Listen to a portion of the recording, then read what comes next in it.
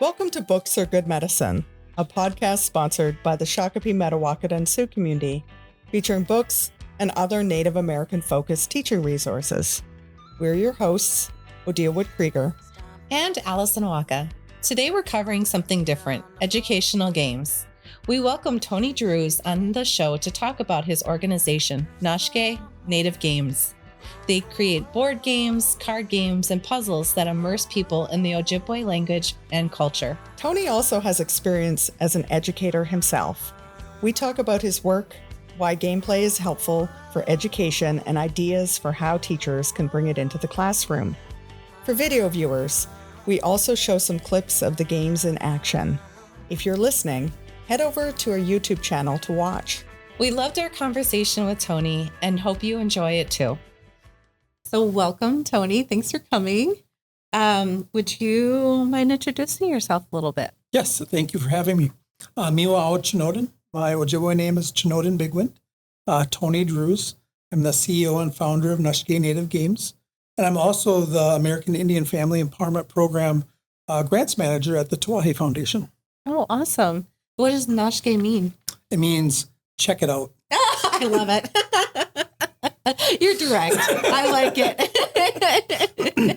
I always like to joke. I know I'm not supposed to joke about native names or spirit names, but you do this fun thing with a whoopee cushion. And every time you do that, is that related to your name, Big Wind? So we talk about exciting youth about our language. And we do this whole thing to build up this pivotal moment in our events. And we ask the participants to help save our language. If we can save one word of our language will never die. Unfortunately, there are less than 700 first language speakers of Ojibwe left. Oh, sure. We're doing what we're doing because we're worried we're going to become the people who were the Ojibwe.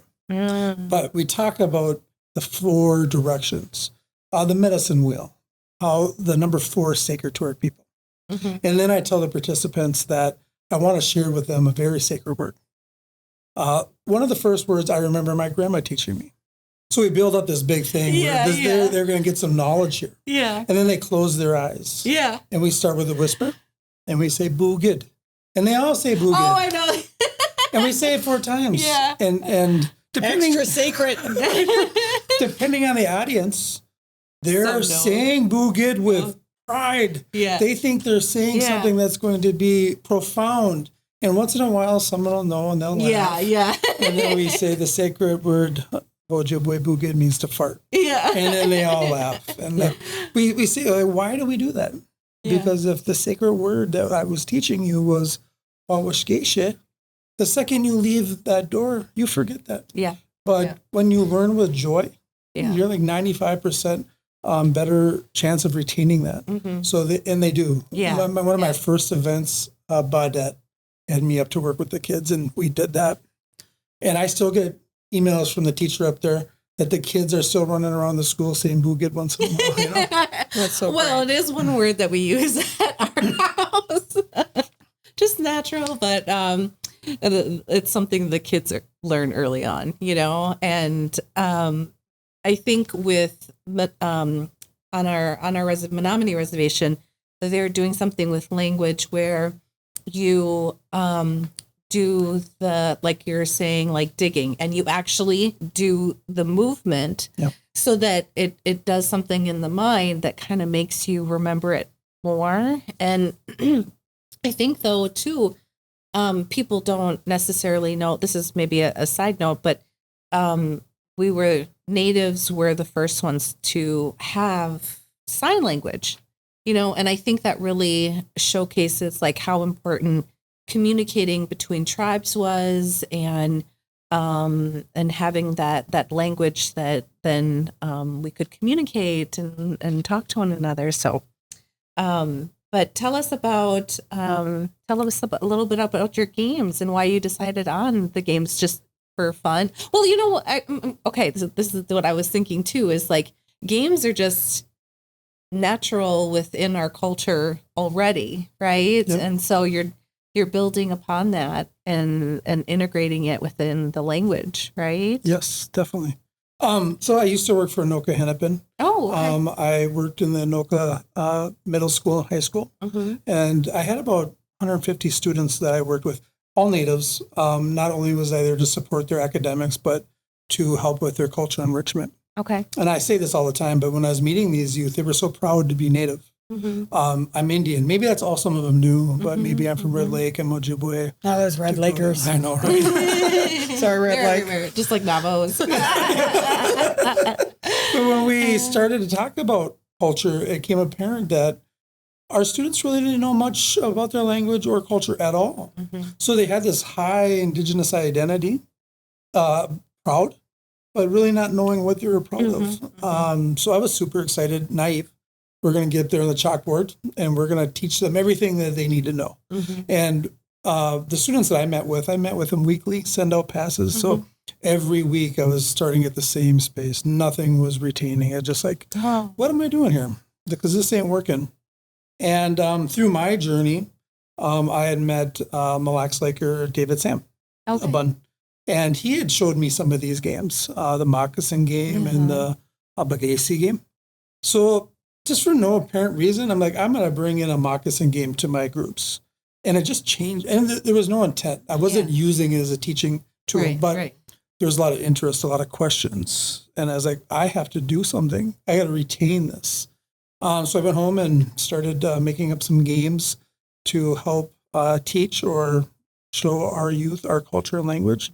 And it just took off. And then my coworkers in the district were like, hey, Tony, what are you doing over there in your cube? And then I'd have friends in other districts saying, hey, Tony, what are you doing? And then I started to just make and sell them maybe off of my printer, really more give them away. And then an opportunity arose through the Finnovation Fellowship, which invests in early stage social entrepreneurs. Oh, okay. That when you don't have that business background. But it was a 9-month curriculum course that taught me all of the business side of this. Okay. And that's really That's the hard part. It is. Yeah. I think for a lot of Native community members too, one thing is it is hard to do the financial side of it, but then also we're not necessarily ones that promote ourselves, right? And I see artists too struggle with that, like, going out and talking about yourself. That's hard. And Sounded good.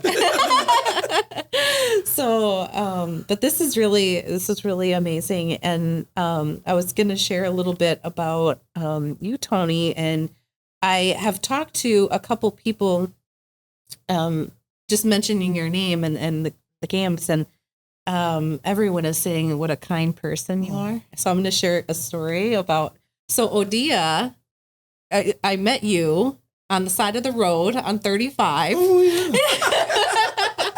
So my mother, I wanted to honor my mother with a blanket, and her good friend Janice Rice, who recently she just helped open the new Ho-Chunk Tribal Library. And so I wanted to honor them with a blanket. And at the tribal libraries and museums, I think it is TLAM at UW Madison does this conference. And I couldn't get Heartberry's blankets soon enough. And you were so kind. Odia connected us.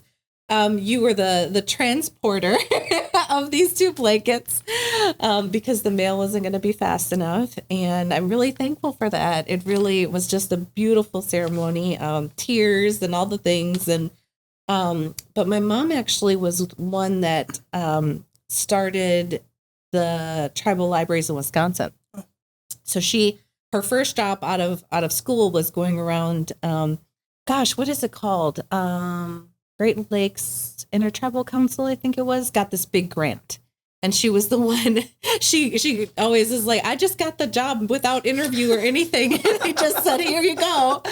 And so she had to travel to all the reservations and get the tribal libraries going, the tribes that wanted them. And so it was just really awesome to honor with the Heartberry blanket, and then to have this story. I told the story. I said, these, are special blankets because Tony met me on the side of 35.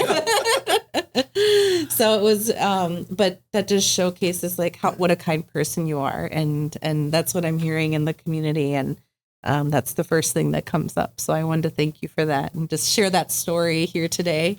Oh, thank you. The first time I met you was, yes, let's hear it. It was with James Vukolich, and you and James, we've had James on the podcast. We adore James. I used to work with him at MPS, but you were just kicking off the games, and he did a little clip with you, and I remember teasing you before I even knew you, because that's classic Odia. I love to tease. And then we became fast friends. It was so great. And through the Understand Native Minnesota campaign, we had those educator academies, and I always knew that I could count on you and your partner in crime in this, Mindy, who sadly was busy today.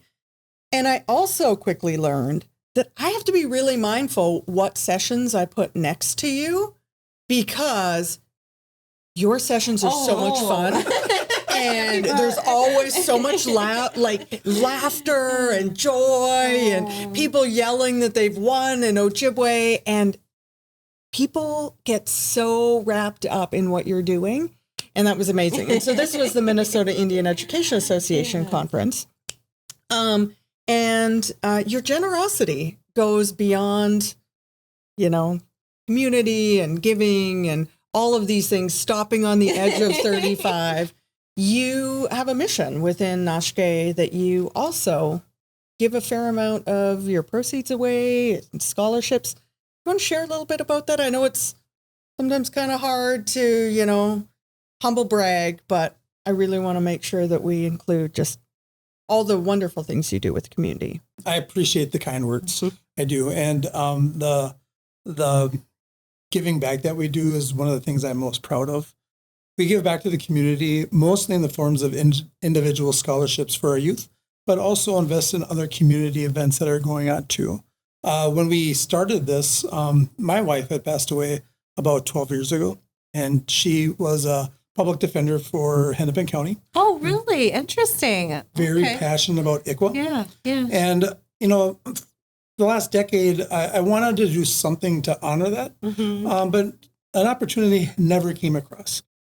We started to support a student through MABA to study for the bar. Oh, MABA was a huge support for my wife and my family when she was studying for the bar. So that's where we wanted to give back to that. Oh, awesome. And then we expanded to a couple more relationships for scholarships through Anoka Hennepin. I had lost 2 boys right after childbirth.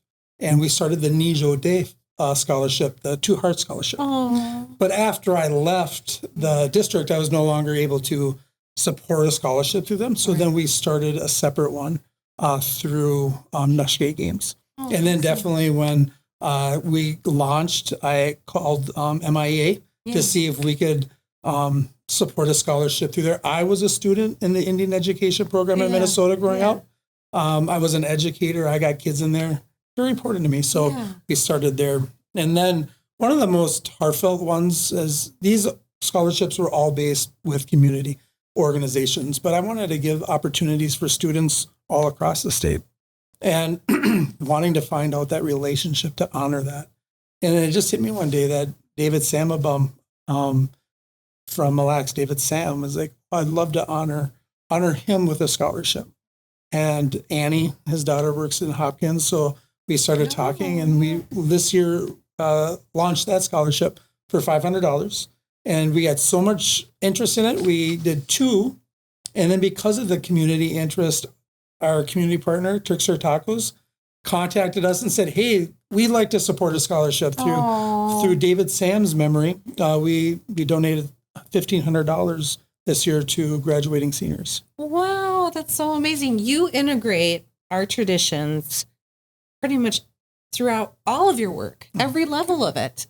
That's our way, really, is giving and helping, and it's just beautiful. I had no idea. That's so lovely to hear. And I know with the bar is very expensive, and then you have to study, it take time. And so that's really nice that we can definitely need more Native lawyers. And so that's really awesome. Very cool. Through my wife's cancer diagnosis, and I'm a 2-time leukemic survivor, the community had shown up for 10 years to support me. Mm-hmm. I mean, I'm barely a drop in the bucket giving it back. So I come across as this generous individual, but it's really paying back. Yeah, that's really lovely.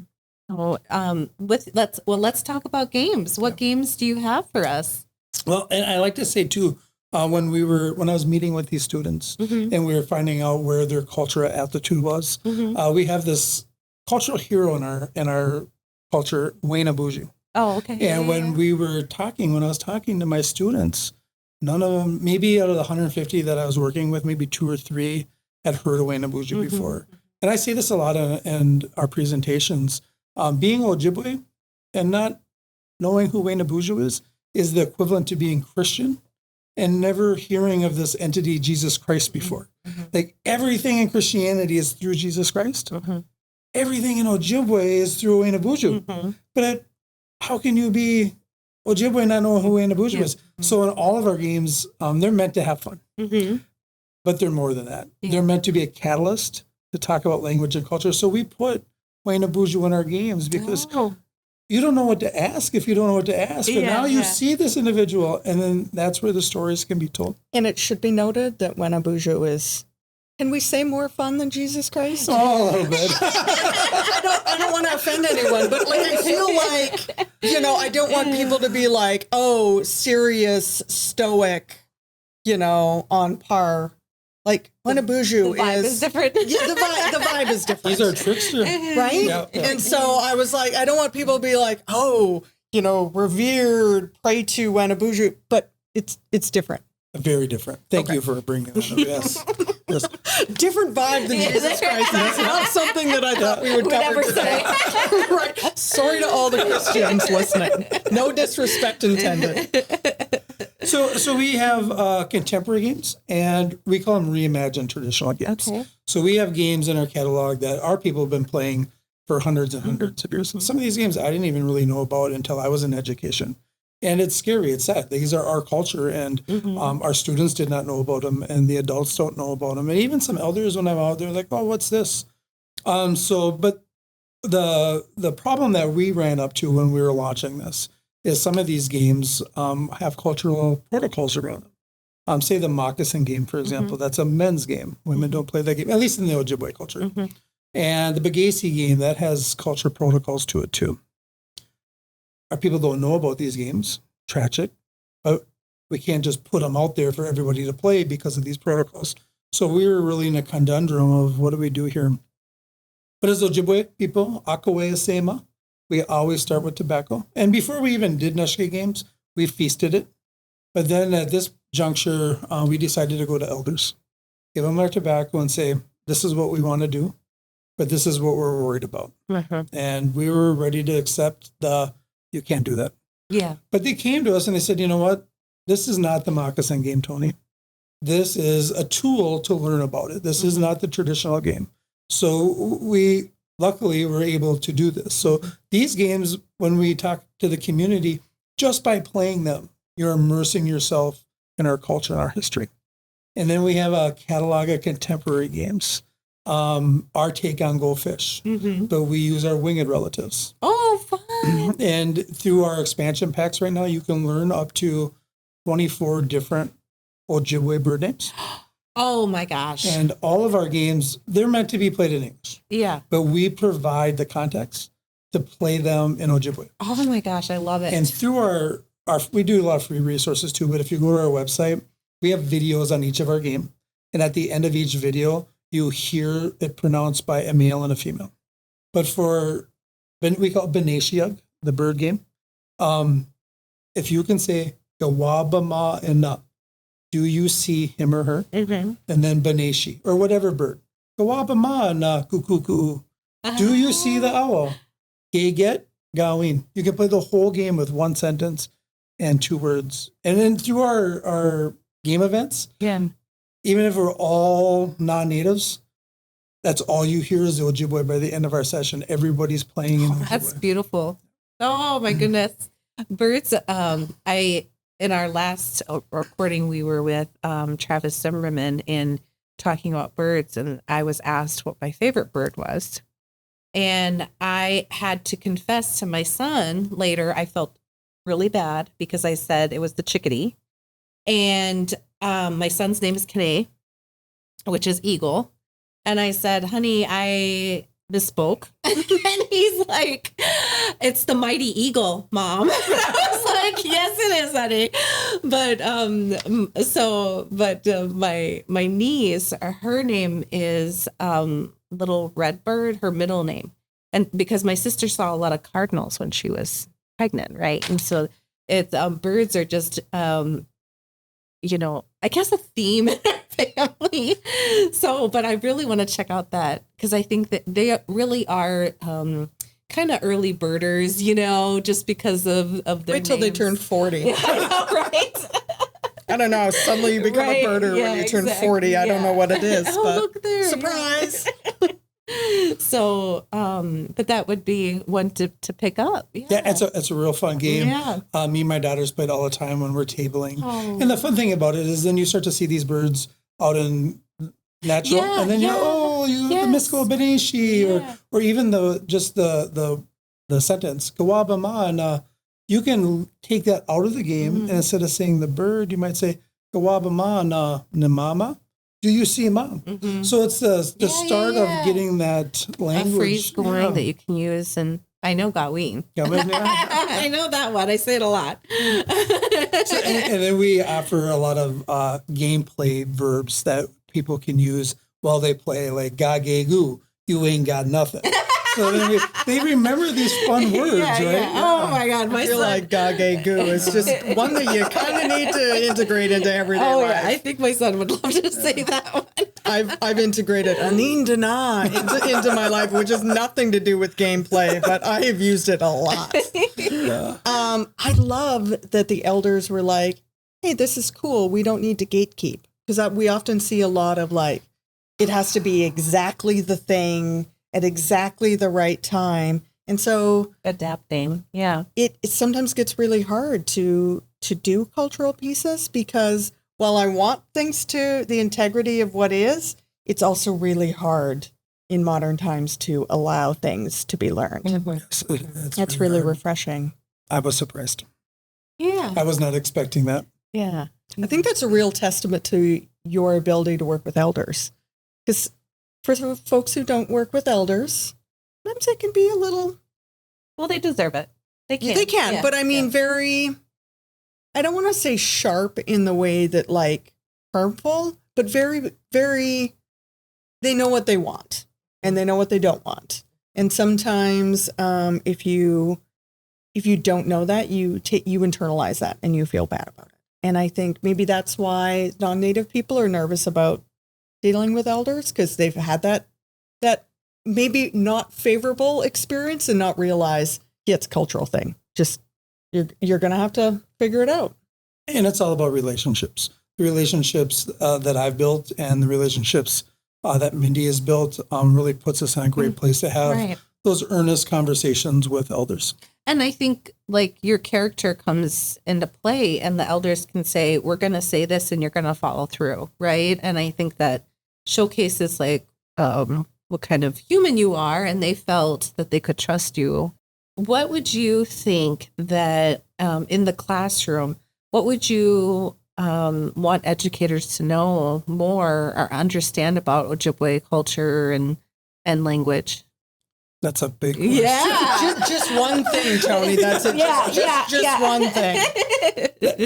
That it's okay Yeah. for wherever they're at to find the resources and get it out there.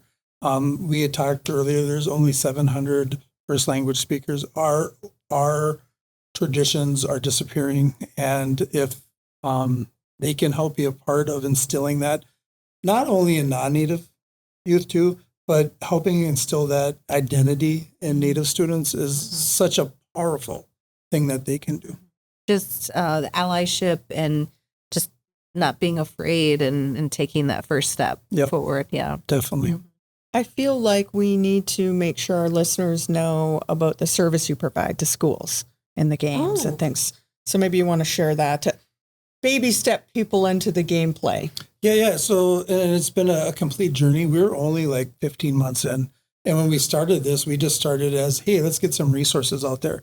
But the second we launched, we turned into this service industry as well. So we have a plethora of different services that we work with schools and incorporating our games. You can find them all on our website under events. We will never let budget get in the way. So if you have a smaller budget and the numbers out there are a little scary to you, definitely reach out to us. We'll find a way. Professional developments, we do a lot. Most of the time, these are with non-native teachers during the all-day professional development that schools do. Yeah. Hour and a half, we go through all of our games and work with the teachers on how they can incorporate them in schools. Do you do them virtually at all? Or? We just got our first request to do it. When we do it, that they are able to broadcast to teachers virtually, but we've never hosted one virtually. Oh, okay. And then we've been invited in to work with the whole school's secondary or second grade classes, or the whole school's 8th grade classes. So we go in and do all day, multi-day working with students of a special grade. We do community engagement events all the time. Mm-hmm. Those are typically an hour and a half to 2 hours. Okay. Generally, our biggest clienteles of that are the Indian education programs. Mm-hmm. With the parent committees, they come in and bring the families, and we guide play for an hour and a half, depending on the group, different games. I do. We're sort of winding down on our time, but before we go, I do want to hear a little more about your work at Tuah, because that is an amazing community resource that a lot of people maybe aren't familiar with. We're doing, I hate to, if I'm going to pack my back somewhere, we're doing great things at the Tuah Foundation. We're doing philanthropy indigenously. I would love to step away from the Tuah Foundation and put more into Nashke, but I can't. The work that I do there is so fulfilling. We have a couple different programs over there. I'm the program grants manager for the American Indian Family Empowerment Program. We have 2 grant rounds a year, and we invest. We've kind of stepped away. I've stepped away from calling them grants. Uh-huh. I think grants puts this power dynamic in there. But I like to call them investments. So we invest into the community 50 investments per grant round, up to $2,500 per investment. And we offer investments in culture and language, health and wellness, economic independence, and education. Yeah. Before I worked there, I got an investment, and that's the birth of Nashke Games. I was able to get $2,500 to get my first kind of like, hey, this is a professional game here. And then we took off from there. But it's an amazing opportunity. They do an annual fundraiser every year. And biannual. It's biannual. Yep, biannual. Well, I'm sorry, biannual. Yep. And folks can also donate on Give to the Max in November as well. So if they look at the webpage and they see really beautiful things and that align with their giving, that's a way that they could support this type of work within their local communities. I'd like to say too, like for the community, if you're interested, email me, Tony@tuahifoundation.org. We're a full, from the very beginning through the end. And we state that we grant investments, but we never say no. We say not now. So if you're someone that put an application through and you didn't get selected, I'll work with you all the way through the next round to make sure you get investment. Wonderful. We hear from a lot of our folks that this is the first grant I've ever got. It's a very low bar as far as asking a lot, but they're intimidating for a community that's never done them before. Oh my goodness. Grants? Kind of like starting a business, right? All these things that people know are seemingly you should know how to do are often, again, those kind of gatekeeper-y. Yeah, well, it's a white system that we don't really operate in, the grant system. And so Tuah kind of, it gives you the experience. And so once you go through the application and you do all the different, then you feel better and more confident going for other things, right? So Tuah does amazing work here in the community. I know quite a few friends that have gotten an investment, and they're doing really well with their business. So or their education. There is so it's all around. You're doing great work, Tony. Oh my goodness. You had a pretty big day on Monday. And I was wondering if you might share what happened on Monday. I can't believe. I know by the time this comes out, it will probably be November. And so, but I would be remiss to not mention your really big day. Yes. If you could tell our listeners about your pretty amazing Monday, because everyone needs to hear about an amazing Monday. Right. Yeah, I'd love to. Through the work that I did at the Finnovation Lab, I was made aware of a competition that Carlson School of Business puts on every year at the University of Minnesota called the Min Cup. And it's one of the biggest entrepreneur competitions in the Midwest. And they had over 3,000 applicants this year. Oh my goodness. And we won our division, the Impact Division.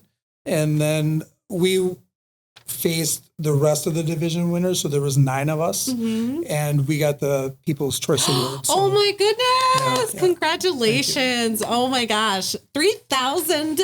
It was an eye opener for me through this whole process. Just kind of kept my head down, really not taking in the wins. But as we were walking into the room where they were having the program, the announcer said something like, and you're going to get to meet the 10 top entrepreneurs in the state of Minnesota. And my gosh. Took me back. It's wait, they're talking about me. Because I still don't see myself as an entrepreneur. Yeah. And I think this is a real testament to, like, when you talk about your community giving, you say it's reciprocity, right? And I love that the more you give, the more you're receiving, because I think that's a tenet that I really wish everyone could understand. And so we're actually going to play a few games with you too. And so I'm so excited to have been able to sit down here with you. Yes. Thank you, Tony. Oh, thank you. This is a wonderful opportunity. Miigwech.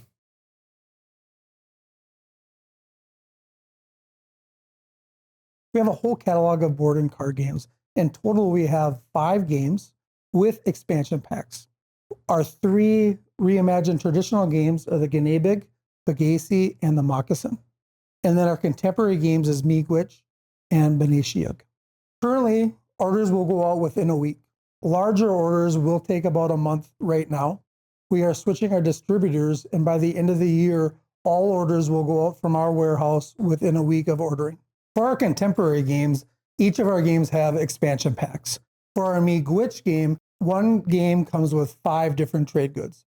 And each trade good includes one person playing the game. So for one box, 5 people can play this game. But if you're at a family reunion and you want to play with 10, you just add a whole nother set of trade goods. For Miigwech, you can play with up to 20 people using the 4 different expansion packs. For our Benishiug game, each expansion pack comes with 12 birds. But you can combine the 2 expansion packs to play one game, adding more birds to your gameplay. For our contemporary games, we've taken all the images in these games and we've made puzzles and memory tiles. I want to say for our younger kids, but my high school daughters like playing these just as much as the games. The Moccasin game is one of our reimagined traditional games. This is a game you'll still see at powwows being played occasionally. They'll have big Moccasin game tournaments during powwows. The Moccasin Tagawin means the Moccasin gambling game. And it's a hunter hiding game.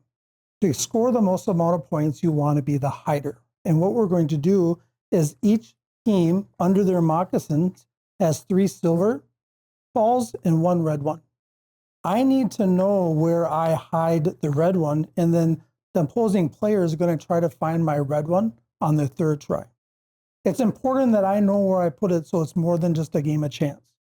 So I'm going to look at these. I'm going to shuffle them up.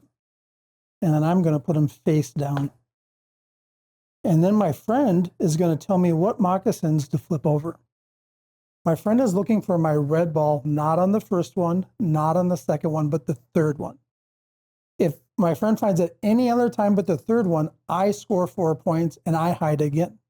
But if my friend finds it on the 3rd try, my friend gets the 4 points and then we switch and I become the hunter. So then my friend's going to tap on. That's a good start. And then what we would say is we might look at it and then ask our friend, are you sure that's which one you want? Oh, wow. So then I score the 4 points.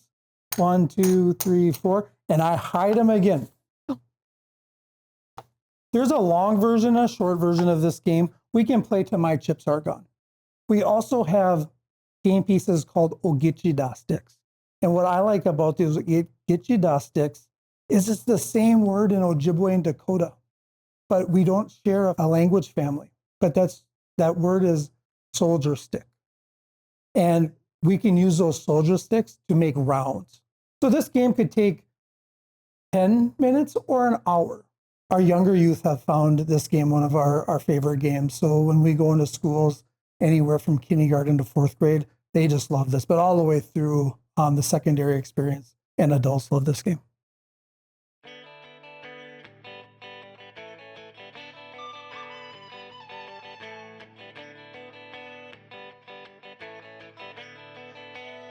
Thank you for joining us for this episode of Books Are Good Medicine. Subscribe to our channel on Apple Podcasts or Spotify. You can also visit our website, booksaregoodmedicine.com, to find episodes and resources or to send us a comment. This podcast is sponsored by the Shakopee, Metawakan Sioux community and produced by Goff Public. Our theme music is Stomp Dance by Blue Dog.